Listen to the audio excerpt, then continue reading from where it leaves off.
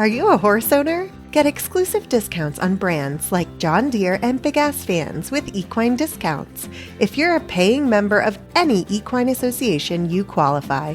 And as an added bonus, a percentage of every sale through equine discounts is returned to the equine industry. Go to equinediscounts.com to receive your discounts. You're listening to Horse Radio Network, part of the Equine Network family.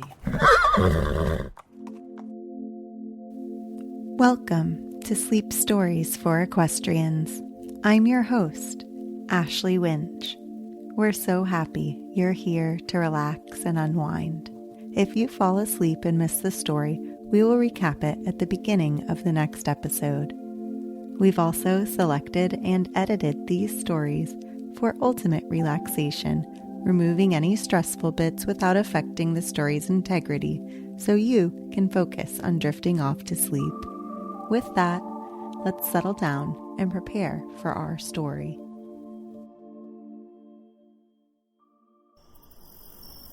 The gates are closed, the horses sleep, the day's work done, the chores complete. Now let us rest, our bodies and minds.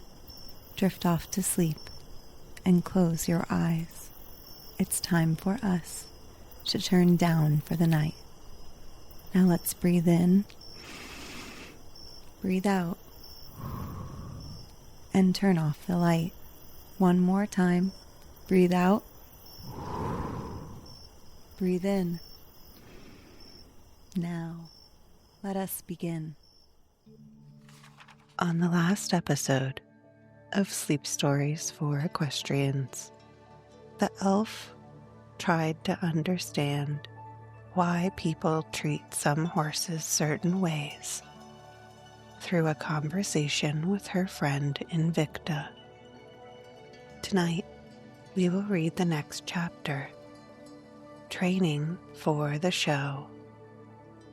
I was very much interested when what I call my real training for the show began. Of course, for some time now I had been getting to go faster and faster, but I could not go as quickly as my brother Eros, much to my disappointment. Master encouraged me in every possible way, but he would never let me go on with my training if I seemed the least bit tired. And though I felt that I should succeed in beating both Eros and Chanticleer if I might have one more try, I always stopped when I heard Master's whoa, as he had taught me to do, for I wouldn't have disobeyed his dear voice, no, not to beat all the other horses in the world. Although Master trained me to go very fast, he would never let me keep up the speed for more than a few 100 yards at a time. He always urged me on with his voice, and as I have told you before, never thought of using a whip, and I was made to go rest after every fresh trial to get up greater speed. Master made us listen to all sorts of queer noises, to people talking loudly together, to a band playing every kind of music, first soft and low and soothing, then noisy, loud, and startling. And one morning he fastened the tail of each of us with a small tin biscuit box into which Ricketts had put a few stones. Every time we moved, the stones bumped up and down, and the noise was awful. Eros and Chanticleer enjoyed the fun, and racing one after the other made a tremendous clatter. I was frightened, and I didn't like to move because of the noise the stones made in the box fastened to my tail. I neighed to Master to tell him how frightened I felt, and begged him to make Eros and Chanticleer stand still and to take the tin away from my tail, for the noise really hurt my ears. Master, however, was much too kind to take any notice of my fears beyond urging me to move about. because he knew so well that at the show I would have to listen to all sorts of weird cries and noises, and that if I didn't try to get used to them beforehand, I should be very frightened when the day came and might not be able to race properly.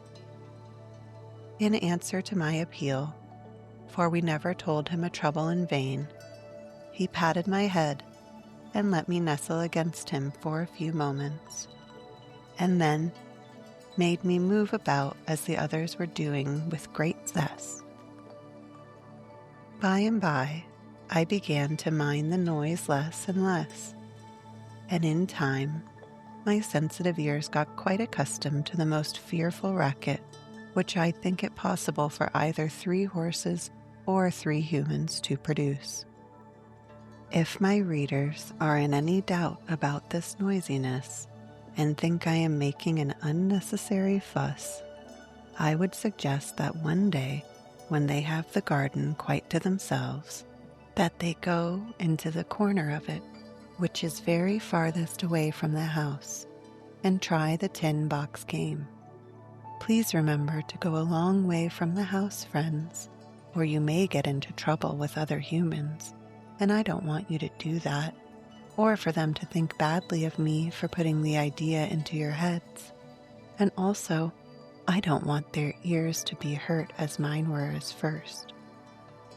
I and Eros and Chanticleer very soon found that none of the noises hurt us, and when we got to the show and heard the many various sounds there, we did not mind them at all, and were able to assure and comfort many of the friends we met there, who had not had a master train them as ours had trained us.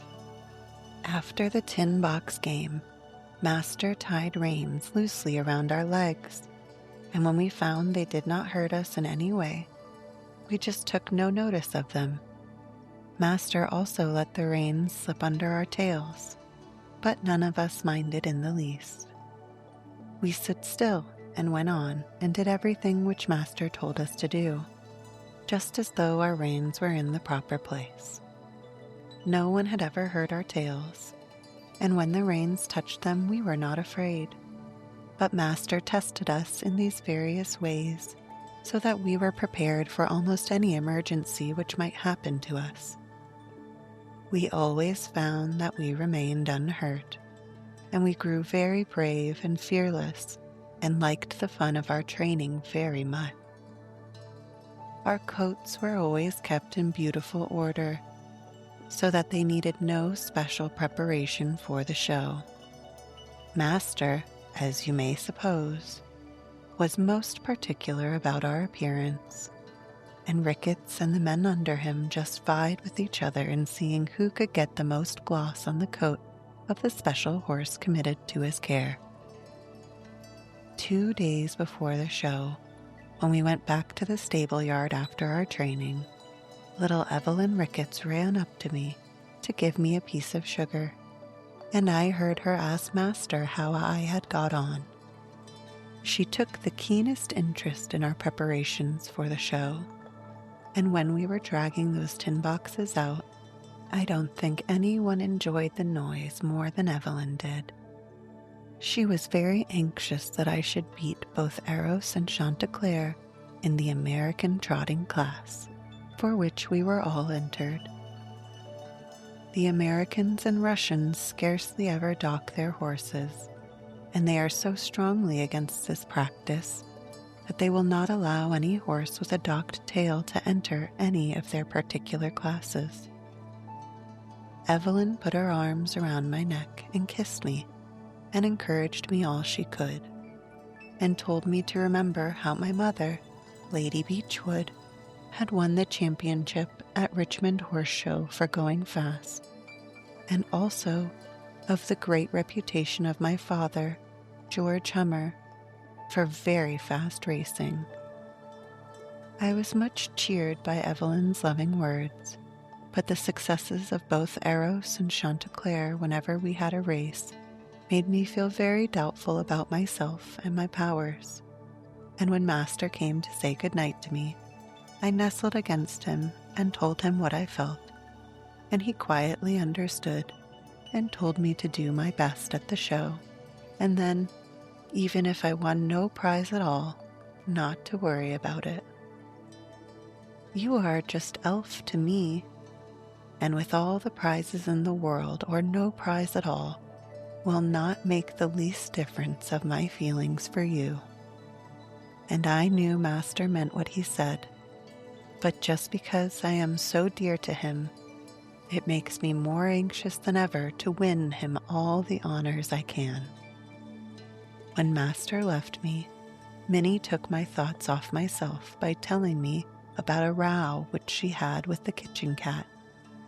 Tabby, in her way, was quite as good a cat as Minnie, though of course she had not such a beautiful coat, and this made her rather jealous of my little friend.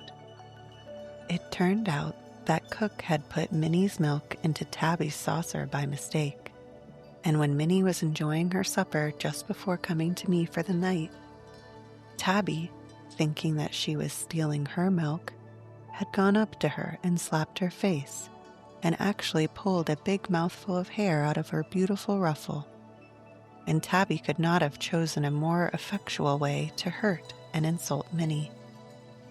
Furious with rage and indignation, Minnie told me that she struck out at Tabby, and a fierce quarrel had ensued. The saucer of milk was tippled over, and then Barney and Nero rushed out from their kennels to find out what the noise was all about. Barney and Nero didn't wait to ask about the dispute, said Minnie, and they evidently thought that I had stolen Tabby's milk, for they both looked very coldly at me, and then Barney, in that clever way of his, picked up Tabby's saucer in his mouth and marched off to the cook. Tabby left me and followed Barney into the kitchen, and it was very hard for me to bear Tabby's look of triumph as Cook put down before her a saucer full of beautiful milk.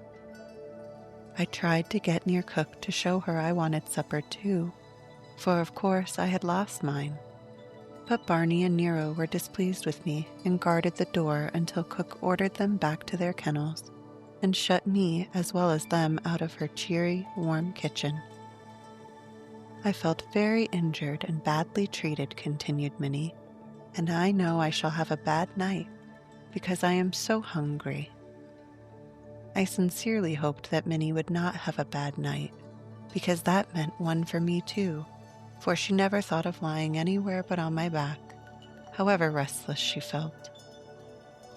We were both trying to get to sleep, and I had tried to comfort Minnie when we heard voices coming outside, and Ricketts came into the stable, followed by the cook, carrying Minnie's own bowl full of beautiful warm milk. She had found out her mistake just as she was going to bed, and thinking that most likely Tabby had both suppers, as both had been put into her saucer, she now brought milk for Minnie. When Cook came to my stable, she never forgot me. When she had put down the milk for Minnie, she gave me a huge lump of sugar. I tried to eat it very quietly, so that Eros and Chanticleer might not know about this tidbit, for Cook didn't care for either of them as she cared for me, and didn't often bring them anything to eat.